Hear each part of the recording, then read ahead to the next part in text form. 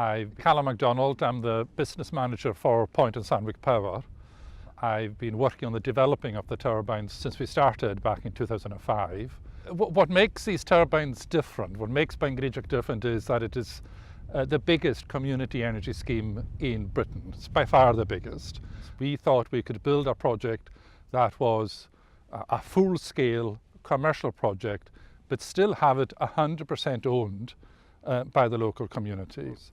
Once you get these turbines up and running, they will operate for 25 years. That is an income stream that's coming in not just for us today, but for our children, even our children's children. I mean, these are big stakes to play for. And what we've demonstrated through Bangregiac is that a community can deliver at a big commercial scale. My name is John McSween and I'm the General Manager of Point and Sandwick Trust. Our gift aid payments have started now, and we've made payments to what we call our priority revenue clients. These are projects that were identified in a very extensive community consultation exercise we did 3 years ago, and the priority revenue clients were identified as being key to what the community here wanted to do with the gift aid. Yeah. One of the key projects that came up consistently was Bethesda Hospice, and we entered into a memorandum of agreement with them some years ago to guarantee them $55,000 a year from our gift aid, and that will last for as long as our wind farm lasts, which is at the moment projected to be 25 years. There's every likelihood that it will increase. The first few years are the years when we have to pay back the bulk of the money that we borrowed in the first instance, which is almost £14.5 million. So that has to be paid back on an ongoing basis. And once the bulk of that is gone, we should then be receiving much greater sums of money in terms of dividend, at which point we would hope then to be able to support capital projects in our community. Well, Point and Sandwick Trust is pretty much 100% funding my post, so and it's fantastic to have that support from a local trust. My colleagues on the mainland don't have that local basis to their projects, and so it's quite difficult for them sometimes to get the local credibility and just find out local contacts and practical help like that, and that's been fantastic with the Point and Sandwick Trust.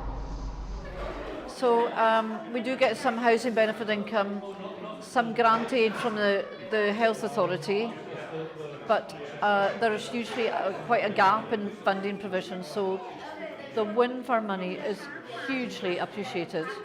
You know, it will make a significant difference. Every year we'll be investing at least £500,000 in projects in our community. Not just the ones that I've mentioned, but there are other projects as well that we will be making regular grants to.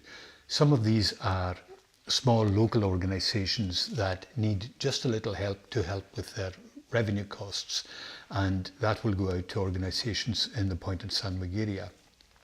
So my name's Ellie Fletcher. I'm the Chief Executive at Atlanta Arts Centre in Stornoway.